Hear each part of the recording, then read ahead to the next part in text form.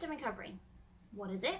What can you do for it? And what's my favourite recovery session?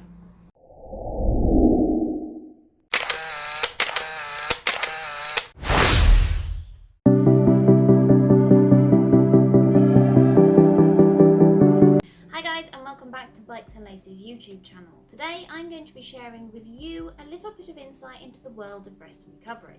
We have already covered this in an original video, so you can check out the link to that in the description below. First, let's take a look at what rest and recovery is. Rest is to cease work or movement in order to relax, sleep or recover strength.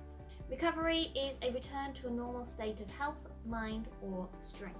Rest and recovery often go together hand in hand in the world of work as well as sports. Taking time to rest and switch off is a great way to kickstart the recovery for your body, mind and general overall health. Though recovery can be achieved through resting or relaxing, there are also several other factors you might want to consider to start to boost your recovery. The first one is hydration. Staying hydrated through the day is key to supporting your usual bodily functions, including aspects such as regulating body temp and keeping your organs functioning. During hard workouts and training sessions, you do often lose fluid through sweat, so it's important to replenish this by rehydrating after a workout as well as keeping on top of your hydration throughout the day. Typically the rule has always been to drink 8 glasses of water per day, but on top of water you are probably also drinking other fluids. So the rule has slightly changed into drinking 8 glasses of fluid through the day. So this can include things such as low sugar drinks, tea, coffee and low fat milk drinks. Another thing to take on board is that different people will require different amounts of fluid throughout the day. So typically if you're trying to increase your hydration, you might want to aim for 8 glasses, but find that happy medium balance. For example, I've got friends who can easily take on 8 glasses of fluid throughout the day. I, on the other hand, sit better with 6. So aim for 8, but see what feels more comfortable for you. The second thing you might want to consider to boost your recovery is your nutrition.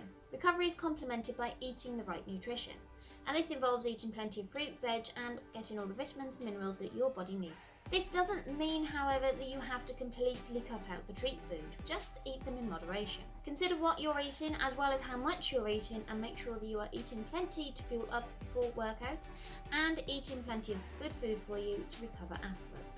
The third point I want to talk about is sleep. Getting a good night's sleep can really help your recovery. And slow wave sleep, or known as deep sleep, is the phase that is essential to being able to do this. There are a few ways that you can get a good night's sleep, which I will cover in next week's video, so do make sure to check it out. Point 4, active recovery. So recovery days don't just have to be about stopping what you're doing, putting your feet up and having a coffee and cake. It can also be doing low intensity workouts. A low intensity workout could be swapping out a run session and going for some easy miles on the bike.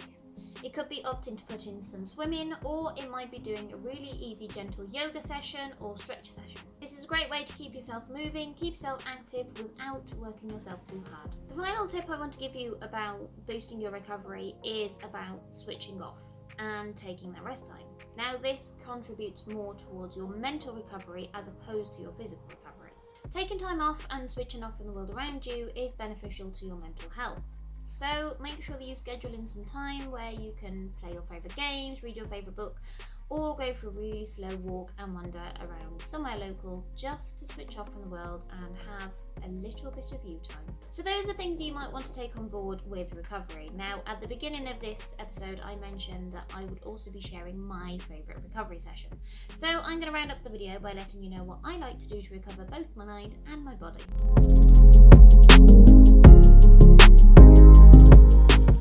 For physical recovery, or on the days where I need to lower the intensity, I like to take on a 15-minute stretch session. This is something where I can literally just mobilise and stretch the body from top to toe. I can pop on some music and just go through all the various different body parts and joints, get the mobile, get the moving, and normally by the end of the session I feel a bit more like a human being and a little bit less like the Tin Man from The Wizard of Oz. For my mental recovery, I like to take some time off, dive into some video games, drink coffee and eat some morale food. Having something really nice to eat is a great treat and it can just help to boost that morale.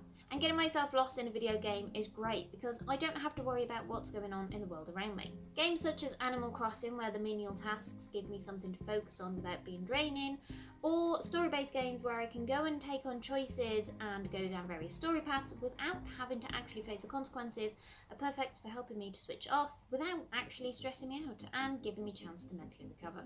So that wraps up this week's video, and I would like you to get involved in the comment and let me know what is your favourite active recovery, or what's your favourite activity to do if you're just taking some time off.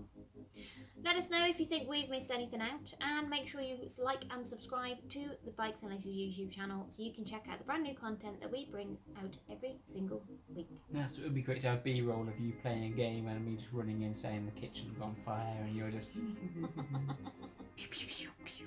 can do that if you want.